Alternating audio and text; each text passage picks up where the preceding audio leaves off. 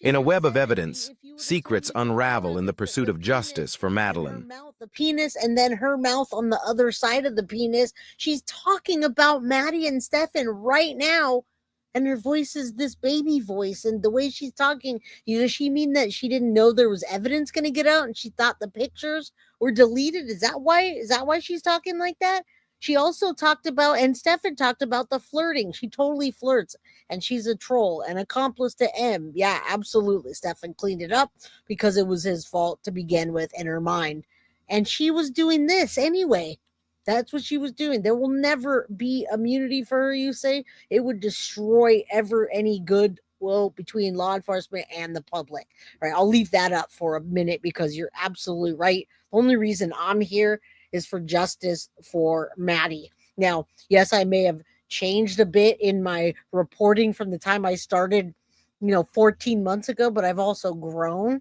I've also learned. I've also had a lot of things happen behind the scenes, and I've realized how my approach needs to be changed in this newer version of myself and the reporting. So, yeah, I strive to do that and to grow. Let's keep going. Has to be true. I showed you a picture. The picture you saw, she was never used her name. Yep. A grown man. Grown ass you man. Told his dad to get him a lawyer. Who the cares if we think he killed her? He's. I don't know why. That's the only time they talk to her like that. And when they do, she starts making that baby voice and it's real low. And then in a little bit, she's going to switch up again.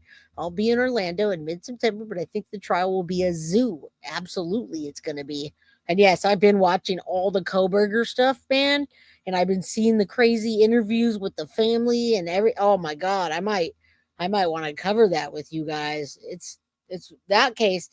It's always interested me because Ted Bundy was Kohberger's what was he, his idol or something? Yeah, definitely. All right, back to this. Justice for Madeline Soto. I don't know why.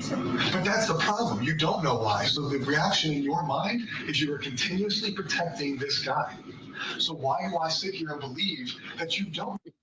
Does your role in her life lead this to happen? I'll be honest. Yes. Said she was a child since her victimization started. It occurred under your roof and you acted like it didn't exist. Her actions, Could you imagine if they actually would have interrogated her, like a proper interrogation? She would have crumbled, and I think she would have talked more, guys. I really think that they might have went a little bit easy on her because she is technically a victim. She's still labeled as a victim. They never arrested her. They came out and they've said they don't have any suspicions about her. They're not looking at her. They've got Stephan Sterns, so I really do think that they missed the boat on that as far as interrogating her. Will she ever be arrested? Oh, I hope so. I don't know. It's all a guess. Popping pill Jen didn't want to see what was happening in the home. Thank you. That is another way to describe Jenn Soto's behavior and what it reveals. All right. And it's refreshing to look at this case with you guys now, 14, 15, 16 months later. All right. Thank you. And I appreciate all you guys that have been here, that stay here, that know what's what. You can tell me, we can have honest feedback. We can talk. So thank you. Awesome, Janet Lee. You're new here and love it. Thank you. You're welcome. Thanks to the mods and thanks to the crime crew. I'm going to give some memberships right now. Reactions, her statements bring us to the next question in our investigation. What does Jenn's behavior reveal here? What does it reveal about her? What does it reveal about what happened to Madeline? Here to help answer that question, Dr. Janie Lacey. Also joining us, former prosecutor Margaret McLean. She's also the host of It's a Crime with Margaret McLean. Thank you both.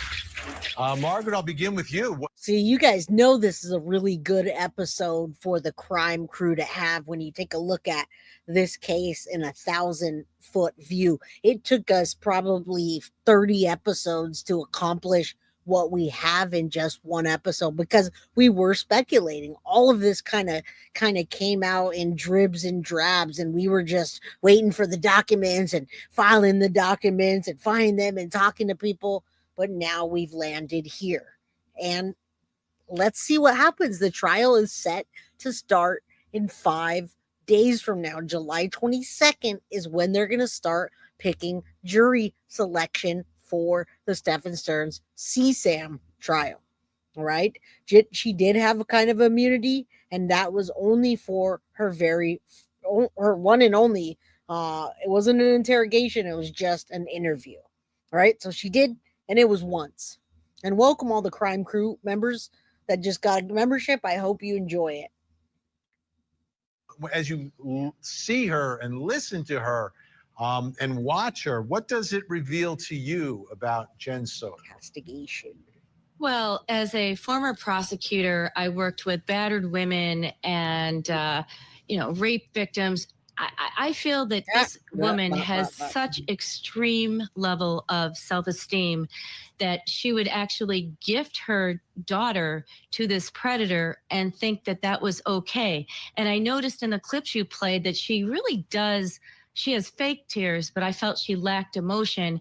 And I'd like to dig deeper into what this woman's past was to, allow this grooming behavior to go on for years and years and years. And don't forget the notebooks, folks. There was notebooks from Maddie in her writing with pictures of her being assaulted, with pictures of a little girl on their knees given a BJ, other pictures that are sad. Remember the summertime blues or summertime something. There's a song, but there was crying eyes. There was pictures of like stick figures being essayed. Remember that?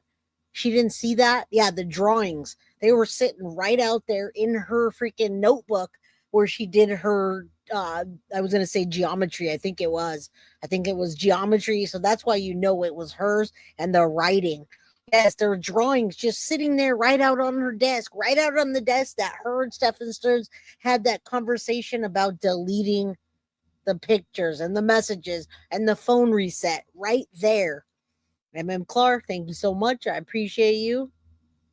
And I almost feel that she was maybe being praised by this the predator. I hate to even say his name, Stephan Sterns, but maybe he praised her because she wouldn't engage in those types of sexual acts. She wanted to keep him. She was desperate for him. And again, that goes back to his severe low self-esteem and perhaps issues that went on in her childhood. But it's very disturbing and not normal behavior. And I also think she may lack some intelligence. Oh my goodness. She said, I think she lacks intelligence. I don't think she lacks intelligence. I think she wants us to think that she lacks intelligence by the way that she acts, by how she's like a sloth. She just kind of crawls out of, but from the people that know her, they say don't let her fool you. She looks dumb, but she's not as dumb as she looks.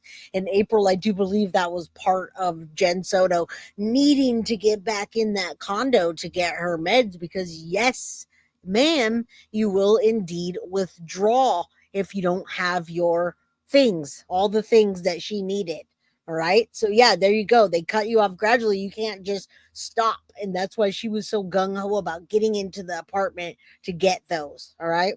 Even though he won't be able to view some of the photo, he'll be able to hear it discussed during the trial. Right. Thank you for saying that too, Rebecca, because there is going to be a large portion that he won't be able to see at all.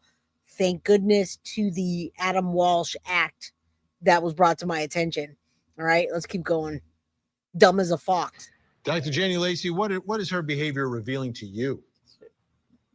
Well, her behavior, Vinny, reveals a lot. But if we look at even after being shown evidence of abuse, her initial response was to protect Sterns. And right, this is highly, we can all say, unusual maternal behavior, especially when a child is missing. And we think about her normalizing inappropriate sleeping arrangements and the casual way she described sending them upstairs shows this normalization of concerning behavior. And then we think about the interviews that you played, right? The law enforcement officer like immediately identified identified her credibility issues and so to me, there's some deceptive behavioral patterns that we can see.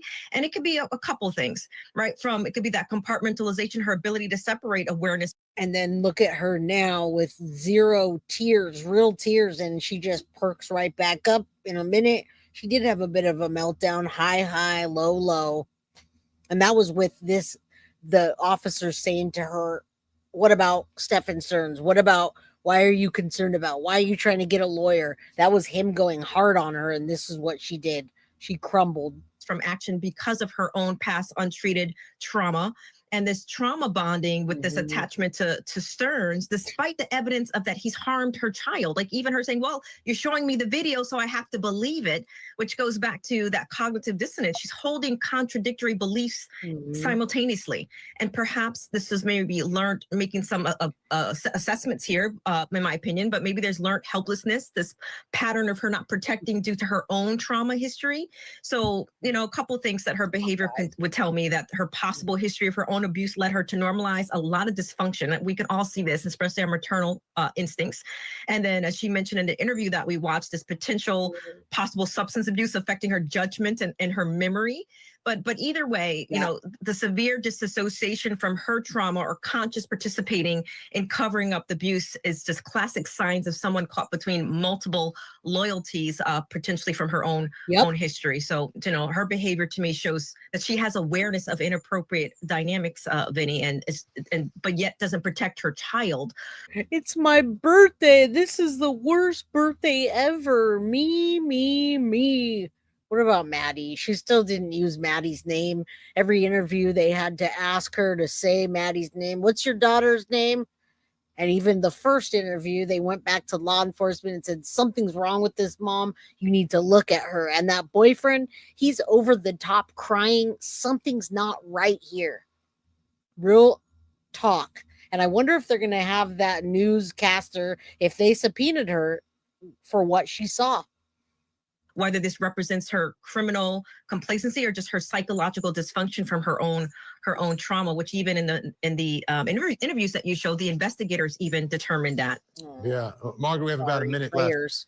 A little less than a minute. As Dr. Janie Lacey referenced, the detective was very skeptical of her. Are you surprised that she has not been charged with anything?